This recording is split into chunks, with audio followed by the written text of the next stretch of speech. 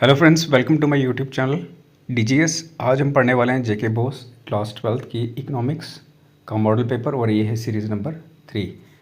तो जैसे कि मैं आपको हर वीडियो में बताता हूँ, इंस्ट्रक्शंस पढ़ लेनी है ताकि आपको क्लियर हो जाए काफ़ी सारी बातें पेपर स्टार्ट करने से पहले। तो चलिए सेक्शन ए की तरफ चलते हैं। सेक्शन ए क्या है? तो सेक्शन ए में वेरी वेरी शॉर्ट आंसर हैं, ठीक है, और ये एक एक मार्क का है। तो पहले आते हैं मल्टीपल चॉइस पे। तो चलिए क्वेश्चन नंबर 1 से स्टार्ट करते हैं। देखिए पहला है यहाँ पे एमसीक्यू। प्रॉब्लम जो है चॉइस की राइज करती है बिकॉज ऑफ किसकी वजह से? क्योंकि लिमिटेड रिसोर्सेज हैं। आगे क्वेश्चन नंबर 2, आपको बताना इनमें से नॉर्मेटिव स्टेटमेंट कौन सी है। सी पार्ट है, गवर्नमेंट को रिड्यूस करनी चाहिए इन इक्वालिटी, किसमें? इनकम में। आगे क्वेश्चन नंबर 3, आपको बताना इनमें से फ्लो वेरिएबल कौन सा है। तो देखिए फ्लो वेरिएबल है इनकम। आगे क्वेश्चन नंबर 4, आपको बताना जो स्लोप है प्रोडक्शन पॉसिबिलिटी कर्व का वो हमेशा कैसा होता है? वो नेगेटिव ही रहता है। आगे ट्रू फॉल्स आपको बताना है जब टोटल यूटिलिटी मैक्सिमम हो तो मार्जिनल यूटिलिटी ज़ीरो होती है, बिल्कुल सही। नंबर 6, नेशनल इनकम जो है वो इंक्लूड करती है ट्रांसफ़र पेमेंट्स, बिल्कुल गलत है, तो इसलिए फॉल्स। नंबर 7, कमर्शियल बैंक्स जो हैं वो क्रिएट कर सकते हैं क्रेडिट किसके थ्रू? लैंडिंग के थ्रू, बिल्कुल सही है, इसलिए ट्रू। आगे है क्वेश्चन नंबर 8, सिचुएशन, वो सिचुएशन जिसमें डिमांड इक्वल करती है सप्लाई के, उसको हम बोलते हैं इक्विलिब्रियम, बिल्कुल। आगे क्वेश्चन नंबर 9, जो डिफरेंस है एक्सपोर्ट और इंपोर्ट के बीच में किसी भी देश का, तो उसको हम क्या बोलते हैं? उसको बोलते हैं बैलेंस ऑफ ट्रेड। आगे क्वेश्चन नंबर 10, आपको बताना है कि जो इनकम अर्न की जाती है नॉर्मल रेजिडेंट्स जो होते हैं कंट्री के, उनके द्वारा कहाँ से? अब्रॉड से, उसको क्या बोलते हैं? तो उसको बोलते हैं फैक्टर इनकम फ्रॉम अब्रॉड। आगे सेक्शन बी, इसमें वेरी शॉर्ट है, 2 मार्क्स का है एक। तो सबसे इंपॉर्टेंट है ये आगे नंबर 11, आपको डिफाइन करनी है सेंट्रल प्रॉब्लम्स किसकी? इकोनॉमी की, ये भी इंपॉर्टेंट है। अगला है नंबर 12, आपको बताना प्रोडक्शन फंक्शन क्या है, इसका मतलब क्या है। उसके बाद number 13, distinguish between stock and supply, ये भी बड़ा इंपॉर्टेंट है। आगे नंबर 14, आपने डिफाइन करना प्राइस इलास्टिसिटी ऑफ डिमांड, ठीक है। नंबर 15, 2 फीचर बताने हैं मोनोपोली मार्केट के, ठीक है, मोनोपोली पता है ना।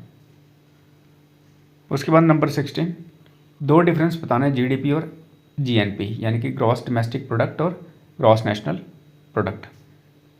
आगे क्वेश्चन नंबर 17, आपने डिफाइन करना है एवरेज प्रोपेंसिटी टू कंज्यूम और average propensity to save. 2 number का है तो 30 वर्ड में लिख लीजिए, 30-35 में। नंबर 18, फिजिकल डेफिसिट का मतलब क्या होता है, तो इसको एक्सप्लेन करके लिखिए थोड़ा सा 3-4 लाइनों में, फिजिकल डेफिसिट क्या होता है।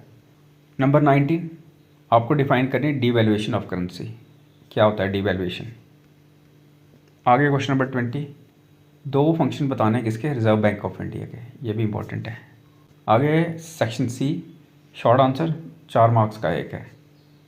तो पहला क्वेश्चन कौन सा है, और इसमें एक चीज़ याद रखना, इंटरनल चॉइस है। पहला क्वेश्चन आपका एक्सप्लेन करना relationship total product, average product और मार्जिनल प्रोडक्ट के बीच में, मतलब कि रिलेशनशिप, ठीक है। और में आपको डिस्कस करना है लॉ ऑफ वेरिएबल प्रोपोर्शन, और इसमें डायग्राम भी बनानी है। नंबर 22, टेबल है यहाँ पे दिया हुआ है, तो ये टेबल बना सकते हो, और इसमें करना क्या है, आपको निकालना है जीडीपी एट मार्केट प्राइस, या फिर इसके अलावा आप यहाँ पे ये जो नीचे डेटा दिया है ये वाला, ठीक है, तो आपने कैलकुलेट करनी है net national product at factor cost, ठीक है, ये निकालना है यहाँ पे। आगे क्वेश्चन नंबर 23, एक्सप्लेन करने कोई 4 डिटर्मिनेंट्स किसके? डिमांड के, और या फिर और में डिस्टिंग्विश करना है किसके बिटवीन? मूवमेंट अलोंग और shift in the demand curve. आगे क्वेश्चन नंबर 24, सप्लाई क्या है और एक्सप्लेन करना है लॉ ऑफ सप्लाई, और में एक्सप्लेन करने हैं 4 फैक्टर्स जो अफेक्ट करते हैं सप्लाई को। नंबर 25, 4 मेथड्स बताने हैं क्रेडिट कंट्रोल के, जो कौन यूज़ करता है? Central bank. और में डिफ्रेंशिएट करना है क्वांटिटेटिव और क्वालिटेटिव क्रेडिट कंट्रोल मेजर्स, ठीक है। आगे क्वेश्चन नंबर 26, आपको बताना है कंसेप्ट किसका? इक्विलिब्रियम प्राइस का, किसकी हेल्प से? डायग्राम की हेल्प से। और मैं बताना आपको कि क्या होता है इक्विलिब्रियम प्राइस को, अगर दोनों डिमांड और सप्लाई इंक्रीज कर जाएं साइमल्टेनियसली। आगे क्वेश्चन नंबर 27, प्रिकॉशंस बताने लेने, कौन से प्रिकॉशंस लेने चाहिए जब हम एस्टिमेट करते हैं national income value added method लगा के। और मैं आपको लिखना है एक्सप्लेन करना लिमिटेशंस किसकी, नेशनल इनकम एस्टिमेशन की। आगे क्वेश्चन नंबर 28, एक्सप्लेन करना मीनिंग और ऑब्जेक्टिव किसका, गवर्नमेंट बजट का। और मैं आपने डिस्टिंग्विश करना है रेवेन्यू और कैपिटल एक्सपेंडिचर के बीच। आगे section D, long answer, last section है, तो 6 मार्क्स का क्वेश्चन है इसमें, तो कम से कम भी 100+ ही लिखना। पहला है एक्सप्लेन कीजिए कंपोनेंट्स किसके, एग्रीगेट डिमांड के और एग्रीगेट सप्लाई के 2 सेक्टर इकोनॉमी में, जिसके 2 सेक्टर हों। और मैं डिस्कस करना है इक्विलिब्रियम लेवल ऑफ इनकम, क्या यूज़ करके, कंसेप्ट सेविंग और इन्वेस्टमेंट का। आगे है नंबर 30, एक्सप्लेन करने कॉजेज और कॉन्सिक्वेंसेस किसके, इन्फ्लेशन के इंडिया में। और में दिया गया है डिस्कस करना है role reserve bank of India का, कि ये कैसे कंट्रोल करता है इन्फ्लेशन। और लास्ट क्वेश्चन कुछ इस तरह आ सकता है, पार्ट्स में आ सकता है, जैसे मेन प्रॉब्लम्स इंडियन इकॉनमी की इंडिपेंडेंस के बाद, और 3 आपको बतानी है एक्सप्लेन करके, और कुछ 3 इंपॉर्टेंट पॉलिसी मेजर्स सजेस्ट कर रहे हैं जिससे कि गरीबी जो है रिड्यूस हो सके इंडिया में।